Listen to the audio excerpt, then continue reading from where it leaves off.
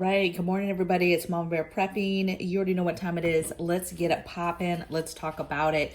So, if you've watched any channels at all, or watched the news, or followed the president, or whatever the case may be, a lot of you are already aware of what was said yesterday, right? Everybody knows he's overseas right now in Poland trying to do whatever, right? Talks with NATO, get on the same page with everybody over there, whatever, right?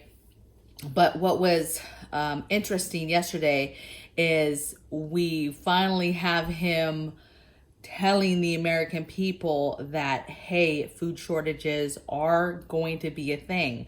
And it's crazy that he's like, for real, as if people like myself who have been warning, who have been seeing the signs on the walls this whole time, you know, he's like admitting, but he's not admitting that this has been an issue, that we weren't already in trouble with our, from container supplies to all of that. Like, we weren't already in trouble, right? We weren't already in trouble with fertilizer and all different types of things, issues, right, that we deal with that concern food and growing food in this country. And just now we're deciding to tell finally the American people, hey, this might be something you pay attention to. What's crazy though is he didn't really say that. All he said was, hey, we're going to see shortages. They're going to be real shortages. And that it's because of the Russian conflict. It's because of the sanctions that he put on. Now, could he have said this weeks ago when he started the sanctions? Absolutely. But I will tell you, I think that there's certain entities that have been procuring food and supplies for weeks now. And of course, that gives those entities times to do that, right? Before you say anything that could possibly cause panic. Now, I will also tell you it's concerning too, because, we talk about panic buying, we talk about the day that it just goes like that, people finally are aware, something happens, and boom, the stores are empty. And that this time the difference will be that they will not return to full capacity. They will not return. Food won't just come back like that, okay? And just bounce back, right? So it's concerning that some people might now take it more serious now that he has said something verbally out loud. It's also interesting that, his press secretary just this week was also saying on the same note that no, the American family does not have to worry about, food shortages and going without food. And I think that that's a very fine line of misinformation right there from somebody. It's supposed to be on point with each other, right? And so the message is construed, and it's construed on purpose so that there isn't panic buying, that type of thing. Hopefully what comes out of it is enough people take it serious and start buying food, okay? I've been getting a lot of emails. Some of you might complain, 3 minutes in, I'm just now getting to the list. But let me tell you, this is important to discuss and to talk about this stuff, okay? And if you don't like that, you could just go somewhere else, go watch a different channel, okay? We talk about serious stuff on this channel, serious preparedness. All right, so let's get into it. So 30 items that you can get. These are like 30 items that like no, I was about to say no shite, but definitely are on my list. Like, if I could only have certain foods to make it, these are your staples, these are your basics. You've got to have this stuff in your pantry. If you get this stuff in your pantry, you're gonna be fine. You can make, a ton of meals, a ton of different variations, okay? So let's get into it. Number one thing might be controversial, but it's water, right? Because a lot of people might be like, that's not food, that's not food. Hello, you need it to survive. So I have water on my list. It's number one on my list. You better get it. The day that you can go in the store and just get your cases of water, get your gallons of water, that's an issue. If you have somebody in your family with CPAP, you better get that distilled water now. If you have any concerns, you need to be getting water. Water is a huge thing for me, and I'm constantly always getting water, and we still don't have enough. It's hard to prep, you guys, but that shouldn't deter you from getting it in your home, okay? Any way that you can, okay? So water. And you're going to see these things. Once panic buying, you're going to see the news. They're going to be talking about, oh, people can't get this. People can't get this. Oh, there's panic buying. You're going to see all these pictures of people walking out of stores with cases of water. And how dare them walk out of the store with 2 cases of water? That's so greedy, right?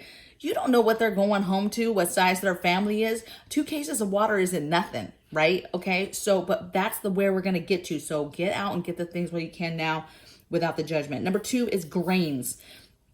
Any kind of grains, wheat, you can get full wheat berries, full corn, whatever it is that you plan on milling down later in the future. Get the stuff that's already processed, right? Get your stuff that takes wheat and takes different grains in it. Get those things. Get whatever it is that you are liking to cook with and to use. Okay, so grains.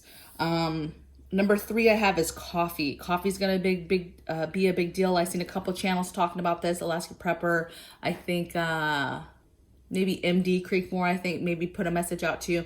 So right now the issue is with crops and coffee crops overseas, and those countries being able to produce those crops because of fertilizer issues. Okay, we've been talking about fertilizer for a while now, and that being an issue. And so just keep that in mind. Really, that affects anything that's being grown, you guys, overall. So that affects all types of things.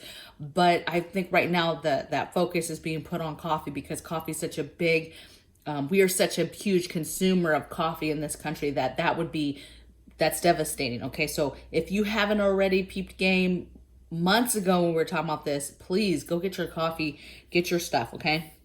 Number 3, coffee. Number 4, eggs. So eggs have been an issue. Chickens have been an issue, right? Bird flu going around, even turkeys, different birds, right? Millions and millions of birds being killed off because of different stuff going around. You need to get your chickens, get your birds, get your turkey, get whatever it is. But get that stuff. Not only getting it to cook with, but getting it to grow in your backyard as well, so you can get your own stuff. But eggs. Get your eggs, preserve them, pickle them, water glass them, freeze them. There's 1,000 ways you can freeze them. You can scramble them up, put them in a bag, freeze them that way. You can freeze them individually so you can still use them in different baking and cooking. You've got to do that. Get them in dehydrated form. You can dehydrate them. You can buy them freeze dried. Eggs. Eggs are such an important thing. And a lot of families, that is a staple. Egg is a staple in a family. You take away eggs out of a diet, that's a lot of protein that families, the American family eats, okay? We eat eggs. Number 5 I have is whey protein. So any kind of protein powder really is a go, okay? That is gonna be your backup to help you in regards to replacing meals, cutting back on food, any kind of rationing plan. It's just a very, very smart idea to have prepped protein powders into your preps, okay? Number 5. Okay, number 6 is flour. So common sense, right? We talked about grains and stuff, but get your flour so that you can still bake your breads, things like that, your rolls, you need to have flour. Flour is a staple in most baking, right? So most, bread, tortillas, all types of stuff. So flour is a must, okay? And you need to get this not only in your everyday pantry, but you need to get this long term. Get this in some buckets, get it sealed up, get it put away. Flour is a staple you must get ready and have a lot of. Number 7 I have is canned meat. Really meat in any way you can get it, right? You should be getting meat and pressure canning it, but canned meat. Get the meat in your freezer, make jerky, buy canned meat. There's a ton of different canned meats, canned tunas, chickens, salmon, sardines. You have different pork products like little weenies and things like that. What else? Pork or canned meat, spam, of course. There's a ton of options, and you've got to get those canned options so that if the grid goes down, you don't have your freezer, you don't have that meat, and or when the food is gone and people can't procure and get meat from a grocery store, you will still be able to have a little bit of meat. Of course, you're going to have to cut down, probably make your scale down your meals with less meat, okay? But you can do this. You've got to have the basics. Number 8 I have is pasta. Pasta, any kind of pasta, whatever pasta you eat. I heard somebody one time say, I'm so sick of hearing people talking about macaroni. Well, baby, if that's what that family eats, don't knock that. That's the type of pasta that they eat a lot of, is macaroni, elbow noodles, okay? Yes, is there tons of other noodles out there? There absolutely is. How about you get the ones that your family eats, get the ones that are on sale, and you go about your business, okay? So pasta, good to go. Number 9 I have is onions. I put onions on here separately from just say overall vegetables, because onions are, think about it, cooking. When you watch your TikTok videos and you watch your Pinterest videos and you're getting your recipes and all this stuff, there's so many meals that are flavored with onions. Onions go in everything. Now, I get it. A lot of people don't like onions. I actually don't like onions, but I love cooking with onions. I put onions in everything, but I cook it in a way where I'm not getting a mouthful of onions when I am cooking it, obviously, okay?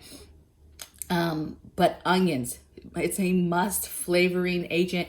They're very, very good, okay? They got properties, antibacterial properties that are great for you. So onions, again, get them in any form. Get them in a freeze-dried form, dehydrate some, bring some home, chop them up, throw them on the dehydrator, dehydrate them, put them into some jars. I don't know, a few weeks ago, I did caramelized onions, caramelized them in the crock pot for like 6 hours. Then I threw them on the dehydrator. Now I have dehydrated, already caramelized onions, okay? Get your onions, get them, and get them into your home as soon as possible, okay? Good staple. Another staple, number 10, is taters. Any kind of taters, potatoes, okay? You can get them in canned form. You can get them in freeze-dried form. You can dehydrate them yourself. You can pressure can them. You can grow them. You can, sweet potatoes, right? Don't forget all your other potatoes. All your other root type potatoes, like potatoes, right? So like I'm talking potatoes, sweet potatoes, yams, whatever you want to call them, all of those, okay? Get your potato flakes, whatever. Potatoes are a huge staple, okay? And so you need to make sure that you have those. It's just like pasta. You want to have a ton of it so that you can have variety and have your baselines, okay? Number 11 I have is sugar. Again, goes into baking stuff, but you got to have sugar in case you need to do some stuff with some sugar, okay? And baking stuff. That was 11.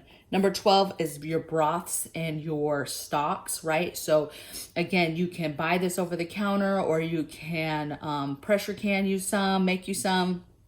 But I think broth is so important, especially in a Great Depression scenario. You're trying to conserve everything, right? Especially water, right? We use water a lot in cooking, and so where you can use broth instead of water, that will help conserve water. It's flavorful, it's great, and it's an easy thing to add to anything to immediately make it a stew or a soup and give it flavor, okay? So just amazing. You gotta have broth in your staples pantry. Number 13 I have is butter. So again, butter.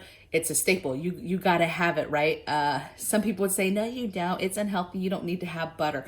Okay, fine. Don't get you no butter. But we got butter. I have a ton of butter in the freezer. I have it obviously in the fridge. I like butter because even grid down, butter is fine outside, even outside the fridge, and will last a long time. The only thing is you do want to try to keep it cooler so it will last longer, so obviously it doesn't melt. And also depending obviously where you live, if you live somewhere very, very hot, then obviously, grid down butters, it's gonna melt, right? But I like having butter, tons of it in the freezer, in the fridge. And then of course I have freeze-dried options that I've bought from August and Farms and different companies like that. And I've canned butter. Now, canning butter, you guys, pressure canning butter is not an approved method, but I've done that. And then of course I've also prepped ghee as well, okay? And you can make ghee also. You don't have to buy it if you don't want to buy it because it's kind of expensive. 14 is garlic. So to me, garlic is another staple for cooking because it's like onions. It goes in almost everything that I cook. It's very, very good for your heart and for your health, overall health, okay? And so garlic for this family is like a must. I have garlic 1,000 ways. I've fermented honey, garlic and honey. I've fermented it normal. We have it pickled. I bought it, the kind that I have that's pickled, I bought that commercially. Of course, I have minced garlic galore. I have dehydrated garlic. I have freeze-dried garlic. I'm growing garlic. I just have garlic like crazy. To me, that is like a must-have crop. That's a must-have food, and it is a must-have staple for this list, okay? That was number 14. 15 I have is yeast. That's a no-brainer. You need that for bread. Is there recipes that you can not use yeast in? Yes, there's different things that people use to do breads and things like that with no yeast. I personally like yeast, and I just stockpile a lot of it, got a ton of it in the freezer. And then of course I have a ton of it that's vac sealed, both commercially vac sealed and then vac sealed by myself. I really like having a lot of yeast on hand to make, because we like our bread, okay?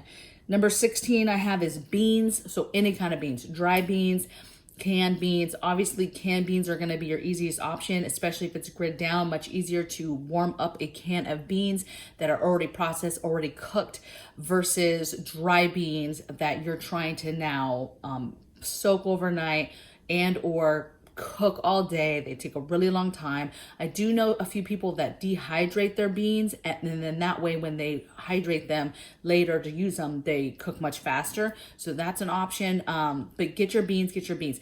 Beans are one of those things too that are really easy to keep. You can literally put them in any glass jar, anything, put the lid on it, and they will last a very long time. I mean, years and years, just like that, okay?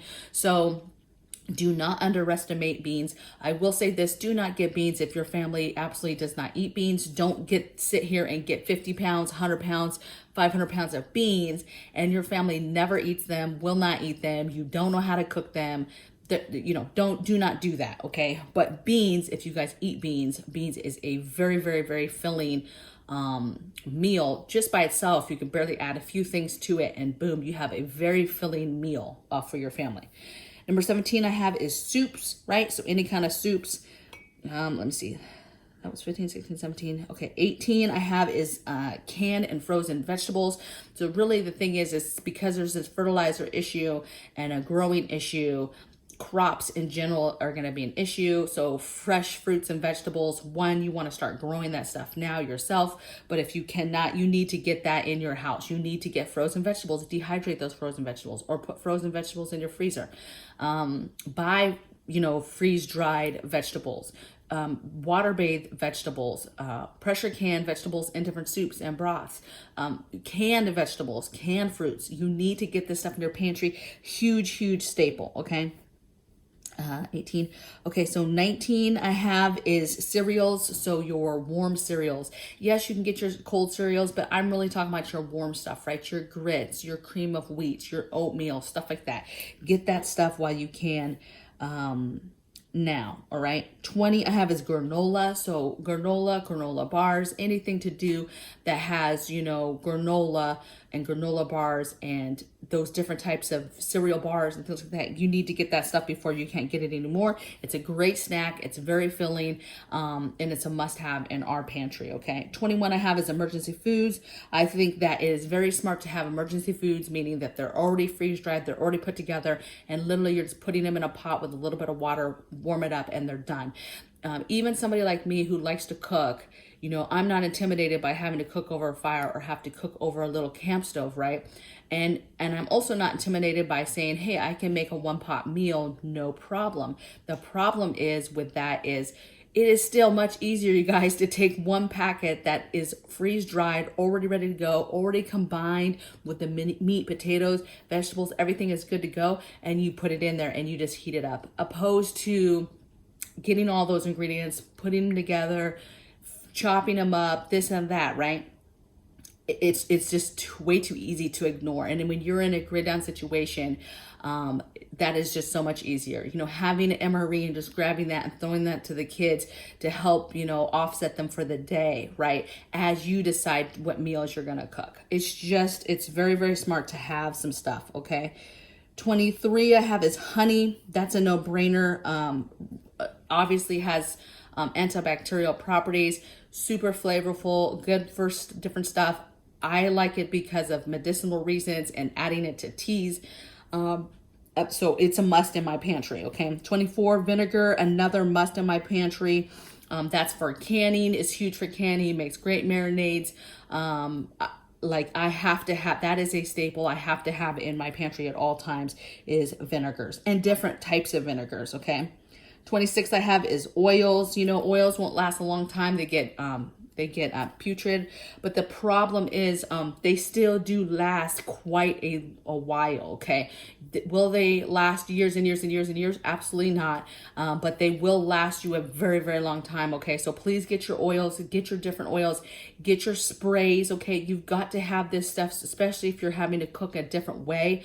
That will help with this stuff, okay? You're not gonna be able to get this stuff, you guys. 28 I have is cheese. Again, you know, you need a fridge, you need a freezer. So if you grid down, it's a little bit more difficult if you don't have a way to power this. But cheese, get your cheeses. Typically, I don't get sliced cheese and put in the freezer. I have done that before. It doesn't turn out the best, right? It's more crumbly. But again, I have still done it. I've still used it, but typically I'll use it for stuff like sauces and things like that because it's crumbly. But my shredded cheese, baby, I put bags and bags and bags of shredded cheese in the freezer all the time, and it's great. You pull that out and it's fantastic, okay?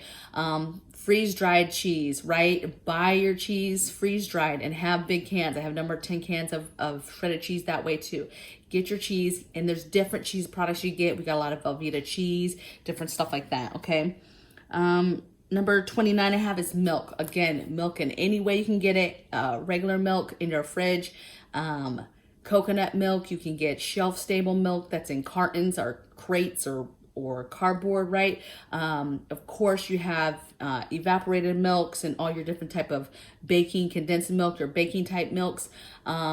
And then you have your powdered milk. Do not sleep on this stuff. Get this stuff on your pantry. You need to have milk. You need to have it for baking. What I've done over the years too is I've ordered on Amazon all types of powdered products, right? Powdered milk, powdered buttermilk, powdered heavy creams, all those things that have to do with milk, that have to do with cooking, okay? I have those in a powdered form in my pantry so that I can continue to cook things, stews, and make things creamy and do things that maybe I can't get can't get from the store, can't get buttermilk no more, can't get no heavy cream to do some kind of cream sauce, whatever. And so I have that stuff in a powdered form so that I can just whip it together and make whatever it is I'm trying to still make.